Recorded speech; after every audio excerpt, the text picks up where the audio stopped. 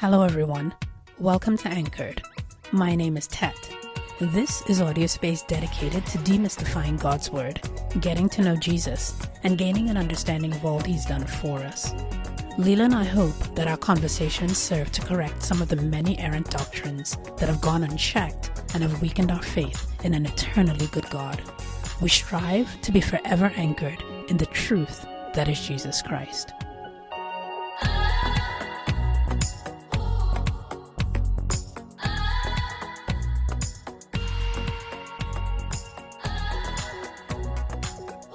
Hey everyone, I want to talk about Luke 16 and this parable of the shrewd or dishonest manager.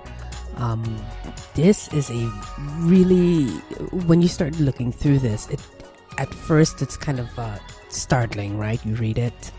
We've read parables before.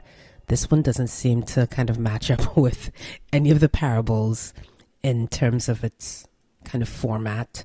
There aren't really any heroes in this parable, but there is so much. The more that I dig into it, the more that I explore people's writing about it and what I think about it, I'm like, I don't think that this is as simple as people think it is, and I don't think it's as narrow as a lot of people think it is. I think that there's a lot of stuff going on here that warrants us sort of really exploring the parable. But just in case you haven't read it in a while, this is in Luke. It's Luke 16, and I'm gonna read it from the ESV. I recommend reading it from the KJV or the ESV. Those are the two that I use, but I think that they're pretty accurate from everything else that I've read. So here's how it goes. He also said to his disciples, there was a rich man who had a manager, and charges were brought to him that this man was wasting his possessions. And he called him and said to him, "What is this I hear about you? Turn in the account of your management, for you can no longer be my manager." And the manager said to himself, "What shall I do? Since my master is taking the management away from me, I am not strong enough to dig, and I'm ashamed to beg. I've decided what to do, so that when I'm removed from management, people may receive me into their houses." So, summoning his master's debtors one by one, he said to the first, "How much do you owe my master?"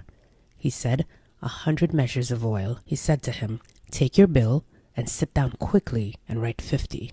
Then he said to another, "And how much do you owe?" He said, 100 measures of wheat. He said to him, "Take your bill and write 80. The master commended the dishonest manager for his shrewdness. For the sons of this world are more shrewd in dealing with their own generation than the sons of light. And I tell you, make friends for yourself by means of unrighteous wealth, so that when it fails, they may receive you into eternal dwellings. One who is faithful in a very little is also faithful in much, and one who is dishonest in a very little is also dishonest in much.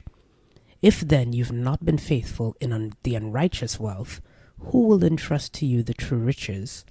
And if you've not been faithful in that which is another's, who will give you that which is your own? No servant can serve two masters, for either he will hate the one and love the other, or he will be devoted to the one and despise the other. You cannot serve God and money." So taking this as face value, right? As they say, face value. This seems like, on first glance, that Jesus might be commending this shrewd manager, but that's actually that can't be right, because Jesus won't ever commend like dishonesty and bad management and things like that. Jesus won't commend how this guy's been running his boss's business. So, and there's some, there's some more to this, but essentially what he's being commended for is being shrewd or strategic.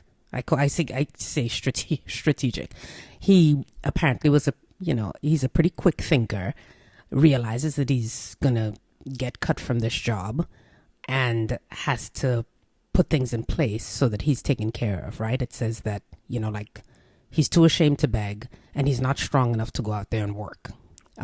So he goes and he rewrites these debts. He goes to the debtors and he gives them kind of debt relief, right? Like, you're 100, write 50. So now the guy now owes only half the amount of debt. The other one, 100 measures of wheat, write 80. So he cuts their debts off. Like, he shaves percentages off of their debt, the money that they owe the boss.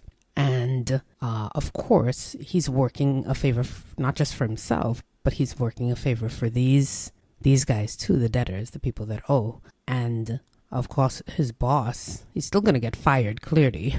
But the boss commended him and said, like, you're shrewd. This is you made some good moves there. And Jesus says that, the people of this world are more shrewd in dealing with their own generation than the sons of light, right? So the non-believers working in this worldly system and dealing with all of these material and tangible matters, they're more shrewd in how they sort of use their resources, right, to pad their lives here, like to make a life for themselves here, especially those who are wealthy, right? They're able to make a good life for themselves here because they know how to work the system. That's essentially what it is. They're working the system, but they're working the system in a way that benefits themselves, right? And Jesus says that we're not that shrewd. And then he says, make friends for yourself by means of unrighteous wealth or mammon, the mammon of unrighteousness. I think that's how the King James Version refers to it. So that when it fails, they may receive you into eternal dwellings. So when things fail, what this guy did is, like, he knew he was going to lose his job. But now that he's cut these debtors, he's cut all of these people's debt by large amounts. They're now going to owe him. So when he loses his job and starts losing his possessions, he has places to go. It's strategic. It's shrewd. And Jesus is just like, we don't do that. As like children of God don't really. He's saying that we're not doing that. And then he goes on to say, starting in 10, he talks about it, right? If you've been faithful in a little, you're going to be faithful in a lot. But if you've been dishonest in a little, you've been dishonest in a lot. If you've not been faithful with unrighteous wealth, right? Like, unrighteous wealth, I think could be talking about the way that we earn money, or maybe God is just saying that money itself, the way that it is used generally in the world system, is not really great. But if you've not been faithful in unrighteous wealth, who will entrust to you the true riches? True riches, I had to dig this up. I had to think about this. What are true riches? To the believer, true riches are not really anything on this planet. Like, when we think of when you hear Jesus say something like true riches, you're not thinking about, at least I was not thinking about the things of this world. I wasn't thinking about material wealth or tangible goods. I was thinking, I'm just like, this has to be connected to something eternal. That was my initial thinking about it. And if you've been faithful in that which is another's, who will give you that which is your own? This was also really confusing to me, because I thought I was thinking kind of like the opposite. Like, well, of course I'm gonna take care of the stuff that's mine better than I'm gonna take care of someone else's. But that's kind of weird thinking, and I'll kind of explain that in a little bit. The reason that I went there and I thought about this way was, like, in my job, we rent cars weekly we travel, we rent cars. And a lot of times you hear people they'll say things like, it's a rental car, right? It's not your own. So you're going to beat it up. You're going to drive it however you want to drive it. You don't care if you get dings in it. You don't care if you run into the sidewalk. But your own car, you're going to treat a lot better. So that's kind of where my head was with that. I'm like, wait, what is he talking about? If you've not been faithful in that which is another's, who will give you that which is your own? But now this thinking that I had about the rental cars, that's why I was just like, what does that mean? But as a child of God, as a believer, this stuff, we really know that this stuff is not really our own. Anything that we get, anything that we get from God. Every resource that we have been given to it from God, and it's to be used for His good. And a lot of people call it the furthering of the kingdom, right? I don't know how I feel about that phrase, but the way that I think about it is the resources that I have, anything that I've been entrusted with, it does not belong to me. I have to use it. I use it to serve God. And one of the ways that I do that is I ensure that people are taken care of, that I'm there. I can be there. I can use the resources that I have, whether it is their material and tangible, whether it's other things like time, or just giving time to other people. That's kind of where I went with that when I really started thinking about it. This makes sense. What comes in verse 13, you can't serve two masters, right? You'll hate one and love the other, or you'll be devoted to one and despise the other. You can't serve God and money. Now, that makes sense. That seems pretty clear. As a believer, that made complete sense to me. If you're listening, you're believers. And you can see that. You see that in the world, the way that we live our lives, compared to how the world lives there. Everything is about money. And it's becoming more so. You see it. It's becoming more evident that greed. People are not even hiding it now. Like avarice and greed has sort of taken over the world. You see it in the way that the system is run, right? What I didn't read is what comes after this parable, right? So Jesus is giving, he's giving explanations. He's explaining the parable from verse 9. But he also, in verse 14, it talks about his audience, right? Now, if you go up at the beginning of 16, it seems like he's talking to his disciples. However, part of that audience is also the Pharisees. They were right after. And he starts the Bible talks about, like Luke says, like the Pharisees, who were also lovers of money, heard all of these things and they ridiculed him, right? They chided him. And he said to them, "You are those who justify yourselves before men, but God knows your hearts. For what is exalted among men is an abomination in the sight of God." So he starts talking to his disciples, right? That's the audience that is identified at the beginning. But after he does this, he talks to the men, and he's clear about it. He's always really, really sharp with the Pharisees. He says the Pharisees, who were lovers of money, heard all these things, and then he addressed them. In 16, he talks about, and I'm not going to read it. He talks about the law and the prophets. That is also kind of connected to the parable.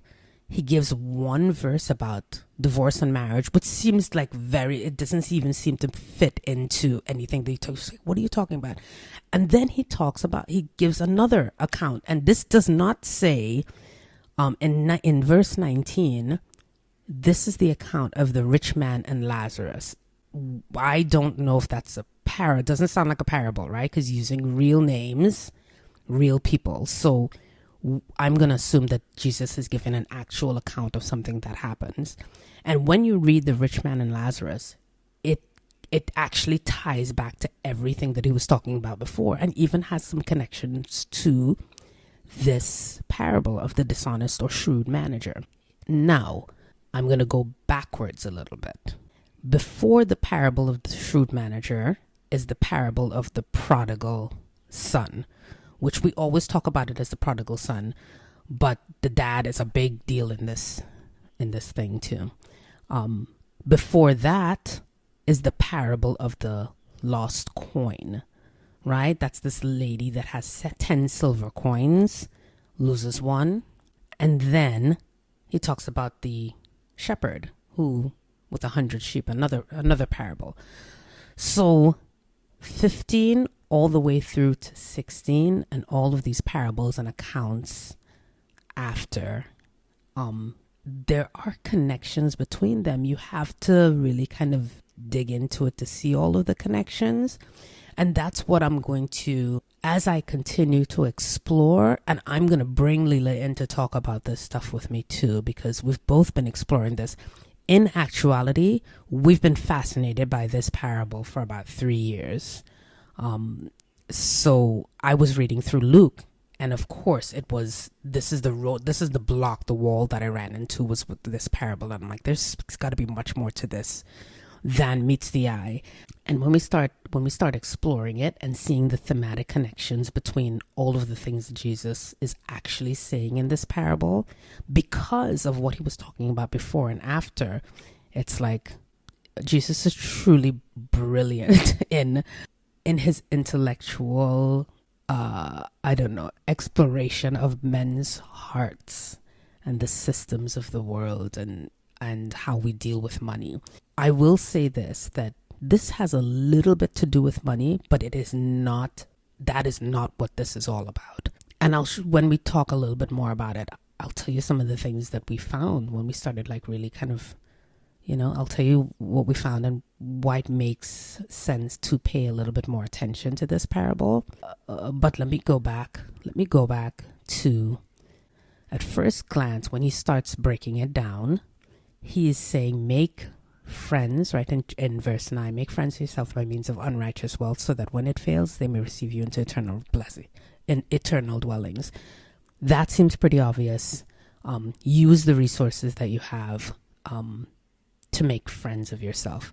The way that I try to live that out is using the resources that I have to kind of draw people in to talk to them about Jesus. Whether it means buying them a cup of coffee or just spending some time with them and answering their questions about the Bible and their lives. I do that. I sacrifice that time and that cash and ensure that I'm a good listener, listening to their heart, not just the question. And we understand 13, right? You can't serve both God and money. Going down to 15, this idea of God knows your hearts. What is exalted among men is an abomination in the sight of God. That is also kind of key. When I first started exploring it, listening to different icons of modern day faith, a lot of people talked about money and using your money, and then they started talking about tithing. I heard I can't even remember who it was. I think it was R.C. Sproul, I think I listened to. And he started talking about, he was expounding on this parable. And then a large part of what he was saying took some time to talk about tithing. And I'm like, what does this have to do with tithing? So I just didn't understand that. But a lot of what I read, when I was researching, a lot of what I read, people went into money, and then quite a few of them talked about tithing, because a lot of believers see tithing, like Christians, the modern day New Testament church, they still see tithing as being a good steward of our money, because we are doing the backdrop of that, right, is that we're doing what God has told us to do. Whether you build, I don't think that is accurate. I do not think that the New Testament church has to tithe. I do believe that we have to give. If you decide to give in the form of a tithe, in the form of the 10th, by all means do it. But the thinking that it is required, or that when you do give that 10th, that you're shoring yourself up for something in heaven, I don't know about that. I don't know how they get to tithing from this parable. It's just bizarre. I can see how you can get to money, just being a good steward of money. We all should be, right? That makes complete sense. But this is not just about money. It's not just about money, because you read through Jesus, and this all seems like it was kind of like in one sitting, right? Like the parables that came before the parable. I have to go in and reread them. But Jesus is often talking to a mixed crowd even when he addresses, except when they're like, when it's clear that they're just by themselves. But oftentimes, if he's out and about, there are thousands of people following him all the time. Sometimes it says that he's addressing the disciples, but a lot of times, like this one, he's addressing the disciples, but the Pharisees and the sinners, and there are all of these other people around that are listening to him. They're following him everywhere that he goes. So, I'm going to stop there and just say that this is not just about money, and this is not about tithing. It is what it is about. What it is about is being shrewd or being strategic. What it is about at first glance is using the resources that you have to win the lost. That is the way I'm just like, has to be what this means initially. And then we're going to look when we get back, we're going to look at the parables before and after, and we're going to find the thematic thread running through all of this, because his audience is wide and he does address them, not just his disciples. He's addressing, everybody else that's listening. So he wrapped this thing up by talking to the Pharisees and saying, God knows your hearts. So thank you for listening. Thanks for listening to this. I am going to keep exploring and researching and finding out all of the stuff that this parable is really about. And we will keep talking about it. Thanks for listening. God bless you, and we will talk to you soon.